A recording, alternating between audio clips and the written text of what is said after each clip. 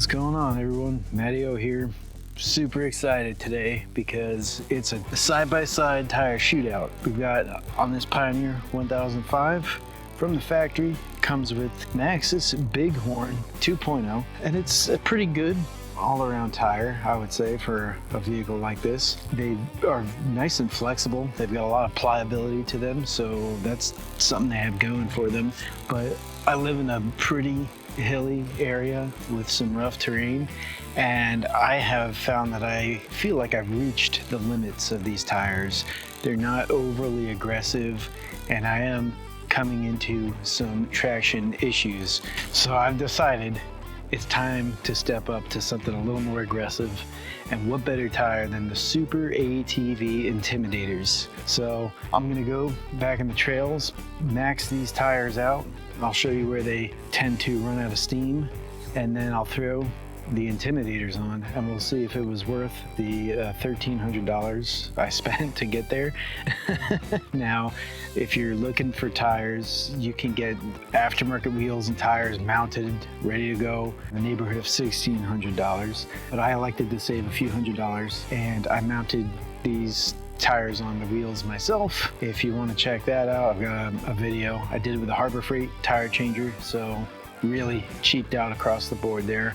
I'm still a few $100s ahead than if I had ponied up the additional money to get wheels and tire package shipped right to me. But don't let that stop you. If you don't feel like messing around with that, those wheel tire packages fully mounted, they're really cool. Comes right to your door, bolted on and go. So off to the woods we go. Let's go get stuck.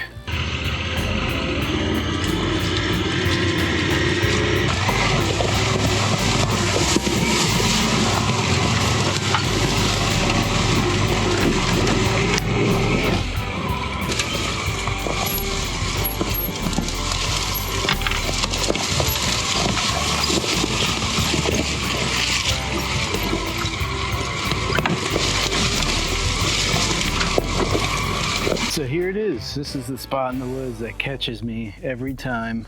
It's not a super steep stretch, and initially I really didn't have any problems getting up this, but the lack of grip from the tires has resulted in me having to approach this part of the hill with a little more speed than I want.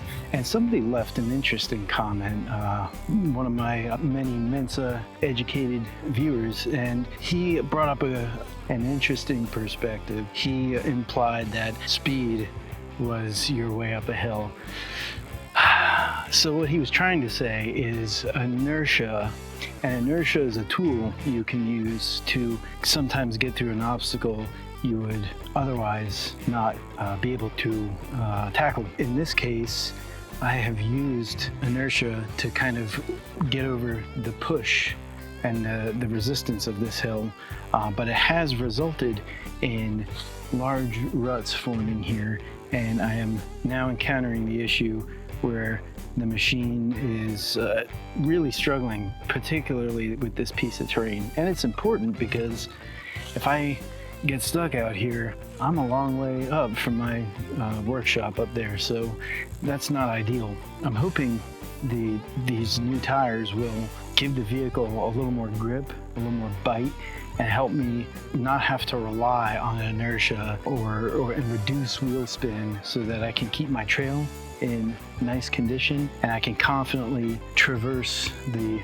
rear portion of my property without having to worry about getting stuck out here. So that's my goal. But for now, testing out the Maxxis Bighorn 2.0 tires that come factory with the Honda Pioneer, and I'm gonna try to tackle this piece of terrain. Let's see how it does today.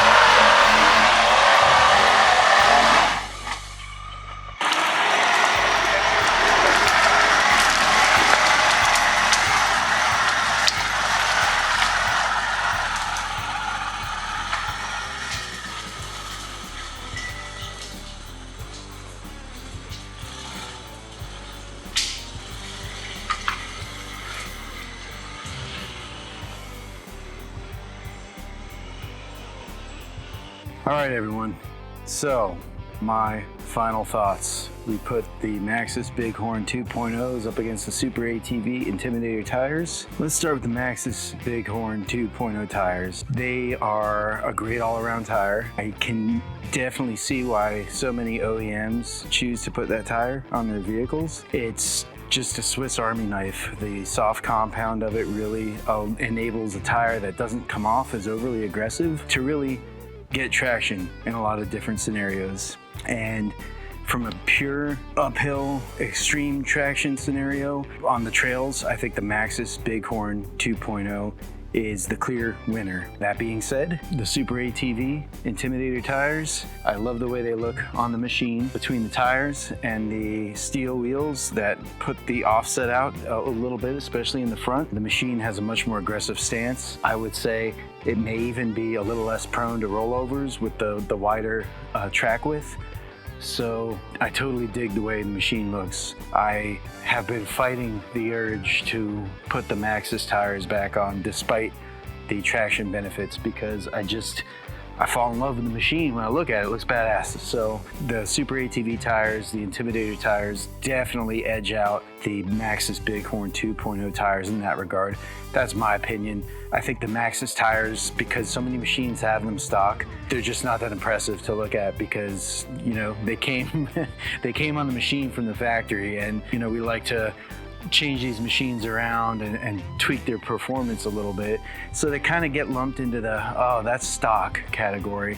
And I just want to say that they are great performing tires. Probably after I'm done shooting this video, I'm going to put them back on just so I can get around through my trails a little bit more confidently. That was the one thing I was surprised at with the Intimidator tires is I didn't think I would take a step back on those steep hills with traction.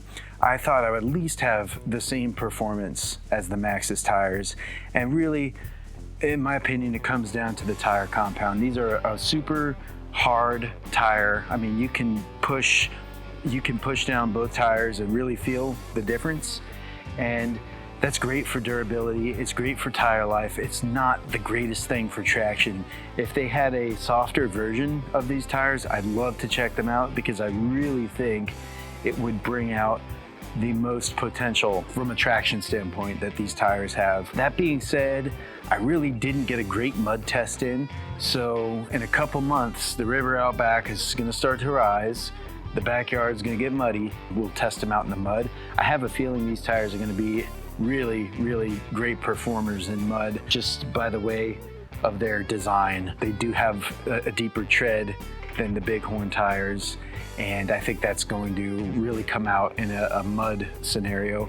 So stay tuned. We'll do a mud shootout here before long. In any event, I hope everyone enjoyed this video. Despite the less traction performance I experienced with these tires, I really like the way they look.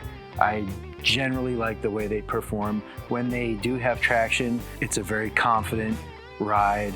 It's just balancing that point. As soon as you start to lose traction, these tires will dig your machine into the ground if you let it. So you need to be paying special attention to when and if you do lose traction. You need to mitigate that. I did bury the front axle of this machine trying to get up the hill. I was determined to get up. It was not going to happen. So know the limits of your machine, know the limits of whatever tire you're running, and don't get yourself into more trouble. I did end up finding a new way up the hill, which is good. It's less steep, and these tires performed great. So sometimes it boils down to finding a different way up the trail in the backwoods.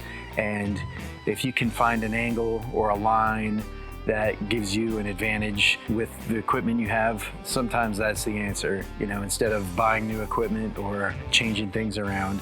I would also say you're going to want to run these tires. I think I'm running them at 5 PSI. I think they recommend 8 on the tire itself. You definitely want to run them low. You know, as with any off-road tire, they do tend to run low. When I had 8, even 10 PSI just from mounting them, I really noticed that hard compound was making these tires not as apt to grip the terrain I was on. So pay attention to that. And that's good advice across the board with off-road tires. Don't overinflate them. That low tire pressure really helps them not only be resilient to the different obstacles on the trail and the rigors of their duty, but it also helps them conform to the terrain and dig into whatever scenario you are in. So overall, if I had to give him the Mateo score here, I'm going to give him a 4-star. That's pending, of course, our mud tests. I don't see why they'd fail there. I think if it was softer compound, a little more traction on the uphills, I would be completely stoked and free of buyer's remorse. That lack of hill climb traction, that step down from the Bighorn 2.0s just kind of stung. It did, you know, after spending upwards of $1,300 on tires. It was a little bit of buyer's remorse, but overall, I came out to the machine the next day, saw the way they looked, and really when they are in their element, and I'm not trying to exceed their limitations, they're good tires, they really are. So that buyer's remorse has kind of turned into acceptance. And here again, every time I look at the machine, I'm like, oh dude, it looks cool, so I'm good. What I may do in the future is swap out my 2.0s for the Bighorn 1.0s. They're a little bit heavier tire. Compound wise, I don't know if they're as soft, but they have a little bit deeper lug from my reading. So I'd like to put the 2.0s versus the 1.0s. So stay tuned. If you like the video, like, subscribe, buy me a beer. I'm thirsty. Bud Light's even better. But in any event, I look forward to making more of these videos. I want to hear your feedback. If you have these tires, what do you think? Leave a comment and I'll see you next time. Mateo out.